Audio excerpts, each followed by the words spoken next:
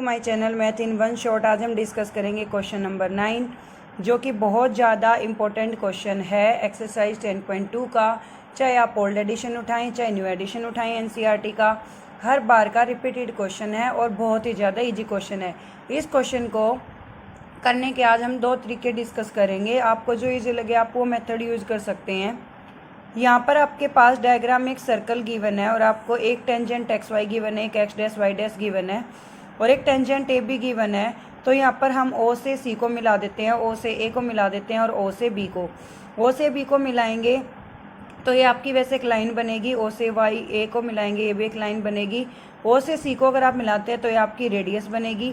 ओ से लेकर पी तक भी आपकी रेडियस ऑफ सर्कल है, क्योंकि सेंटर से लेकर आउटर बाउंड्री तक की एक सर्कल में जो डिस्टेंस होती है हम उसको रेडियस ऑफ सर्कल कहते हैं। और ओ से क्यू तक भी हमारी रेडियस ऑफ सर्कल बनेगी। तो यहाँ पर मैंने एक triangle Lee A O P और एक मैंने triangle Lee A O C.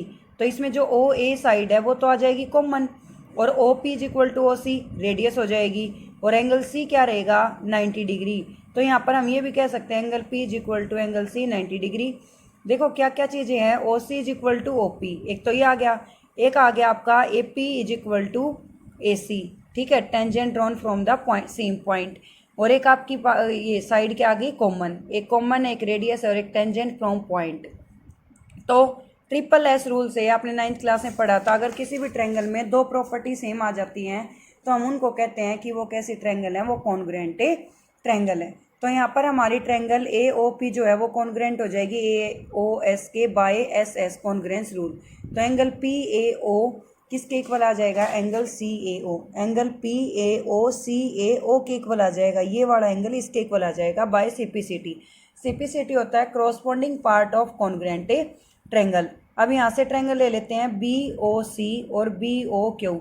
O C is equal to O Q radius of circle और Q B is equal to B C tangent हो जाएंगे और ओ बी क्या जाएगी कॉमन। ओ B common है, O C is equal to O Q है और B C is equal to B Q है, क्योंकि ये क्या है टेंजेंट्स हैं। तो हम यहाँ पर क्या कहेंगे कि बाय एस एस रूल से ये हमारी ट्रायंगल क्या हो गई कॉन्ग्रुएंट। ट्रायंगल कॉन्ग्रुएंट हुई तो यहाँ पर एंगल ए हुआ था, यहाँ पर एंगल बी हो जाएगा O B C, O B Q के क्या हो जाएगा equal by C P C T. अब यहाँ से अगर हम देखें तो angle P A C 2 time है एंगल ओ ए सी का और क्यू बी सी 2 टाइम है ओ बी सी का। तो मैंने एक ट्रायंगल ली, इन दोनों इक्वेशन को ऐड किया तो इन दोनों एंगल का सम इसके ट्वाइस के इक्वल आएगा।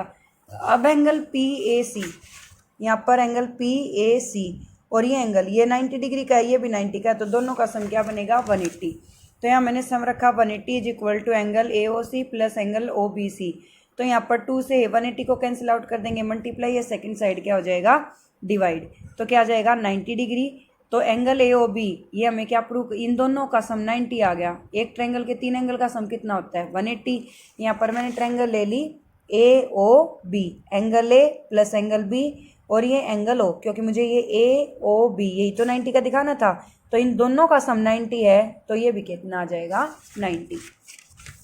ए ओ बी ट्रायंगल में यहाँ पर angle A O B plus angle O A C plus angle O B C ये आपका किसके इक्वल आ गया 180 के, और एंगल ए ओ बी इक्वल आ जाएगा 180 minus 90 that equal to 90, angle A O B equal to 90 degree.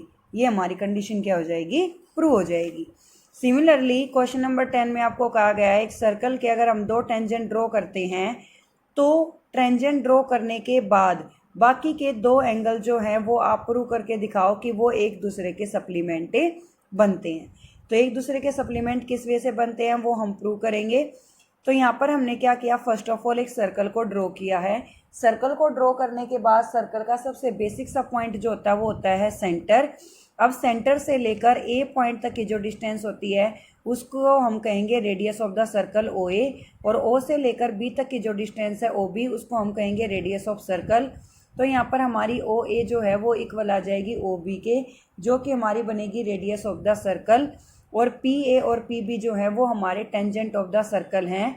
और इसके साथ ही एंगल ए और एंगल बी हमारे 90 डिग्री के रहेंगे, क्योंकि टेंजेंट हमेशा ही सर्कल के साथ 90 डिग्री के एंगल की फॉर्मेशन देता है।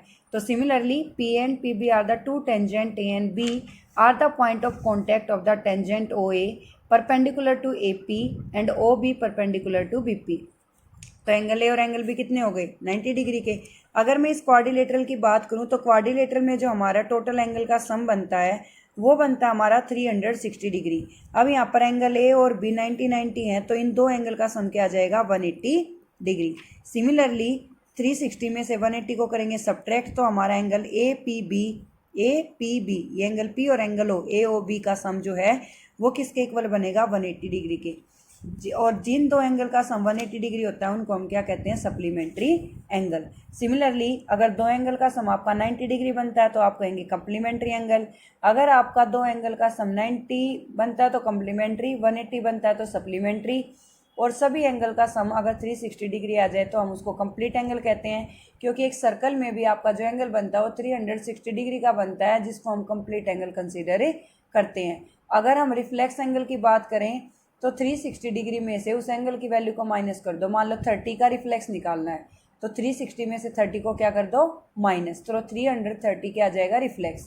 सिमिलरली अगर आपने एक एंगल लिया है 90 डिग्री और उसका रिफ्लेक्स निकालना है तो 360 में से 90 को कर दो माइनस, तो कितना आ जाएगा 270 डिग्री। तो सिमिलरली इस तरीके से आप एंगल के रिफ्लेक्स भी फाइंड आउट कर सकते हैं। क्वेश्चन नंबर 11 में आपको प्रूव करना है कि एक सर्कल जो कि क्वाड्रिलेटरल को सर्कमस्क्राइब करता है वो एक रोम्बस भी बन सकती है। अब रोम्बस की क्या प्रॉपर्टी होती है? रोम्बस की प्रॉपर्टी होती है कि उसकी सभी साइड इक्वल होती हैं लेकिन उसके एंगल इक्वल नहीं होते हैं। उसके डायगोनल एंगल जो है वो 90 डिग्री के होते हैं, नॉर्मली बेसिकली एंगल नहीं होते हैं। तो यहाँ पर हम उसी चीज़ को डिस्कस करेंगे। यहाँ पर हमने कंसीडर किया कि एक सर्कल है सेंटर ओ के साथ और इसके ऊपर हमने 4 पॉइंट ले लिए पी क्यू आर एस, जो कि इसको अलग अलग पॉइंट पर टच कर रही हैं। यहाँ पर जो हमारा बी सी है वो भी टेंजेंट है, सी डी है वो भी टेंजेंट है, ए डी है वो भी टेंजेंट है, ए बी भी टेंजेंट है। और अगर ए पी को हम इक्वल टू कहते हैं ए एस के और बी पी को इक्वल टू कहते हैं बी क्यू के, सी आर को इक्वल कहते हैं सी क्यू के, डी आर को इक्वल कहते हैं डी एस के। तो ऐसा हमने क्वेश्चन नंबर 8 पहले भी सोल्व किया था। तो ये बन जाता है हमारा tangent drawn from the same point, कि हमने एक पॉइंट से टेंजेंट को ड्रॉ किया है, इसी वजह से इनकी लेंथ आपस में क्या है इक्वल है। We have a parallelogram ABCD which circumscribe a circle with the center O, P, Q, R and S are the point of contact of the side AB, BC, CD and DA। तो यहाँ पर मैंने एक triangle ली ORC और मैंने एक triangle ली OSA, ORC और OSA। तो ये एंगल R जो है मेरा वो एंगल S के इक्वल बनेगा और दोनों के दोनों कितने बनेंगे 90 डिग्री के। Angle R is equal to angle S 90 degree. OC जो है वो मेरा ओ ए के इक्वल आएगा क्योंकि वो इनका मिड पॉइंट है, और O R equal to S के आएगा क्योंकि ये रेडियस ऑफ द सर्कल है। तो by side angle side properties लगाओ या आर एच एस रूल लगाओ, दोनों में बात एक ही होती है। तो साइड एंगल साइड प्रॉपर्टी से भी और आर एच एस रूल से भी ये दोनों के दोनों ट्रायंगल क्या होंगे कॉन्ग्रुएंट। क्या क्या ए ओ एस या ए एस ओ और O R A S. Angle S R के इक्वल है 90 डिग्री क्योंकि ये टेंजेंट के एंगल हैं। ओ ए इक्वल टू ओ सी आएगा क्योंकि ये मिड पॉइंट है। ओ और ओ एस इक्वल आएगा ओ आर के क्योंकि ये रेडियस ऑफ द सर्कल है। तो यहाँ पर अगर मैं सीपीसीटी का यूज़ करूँ तो मेरा आर सी इक्वल आना चाहिए ए एस के, और वैसे भी ये तो tangent drawn from the same point है तो डी आर इक्वल आ गया डी एस के। यहाँ मैंने दोनों इक्वेशन को ऐड किया तो C R plus D R C D बनेगा और A S plus D S क्या बनेगा ए डी बनेगा। अब जैसे सी डी ए डी के इक्वल आया तो ए बी भी किसके इक्वल आ जाएगा बी सी के, और ये आपस में अपोजिट साइड तो वैसे ही इक्वल है। तो यहाँ पर चारों साइड क्या हो जाएंगी इक्वल। अब चारों साइड इक्वल बन रही हैं जो कि एक सर्कल को सर्कमस्क्राइब किए हुए है, एक फिगर, एक क्वाड्रिलेटरल, एक पैरेललोग्राम। तो हम क्या कहेंगे ए बी सी डी तो एक पैरेललोग्राम है। अब हमने यहाँ पर क्या प्रूव कर दिया, सभी साइड को इक्वल प्रूव करके हमने यहाँ पर ये प्रूव कर दिया कि ये एक रोम्बस भी बन सकती है। तो हम क्या कहेंगे कि A B C D is rhombus hence से proved. Thank you so much for watching. For more videos you can comment in the comment section. Bye.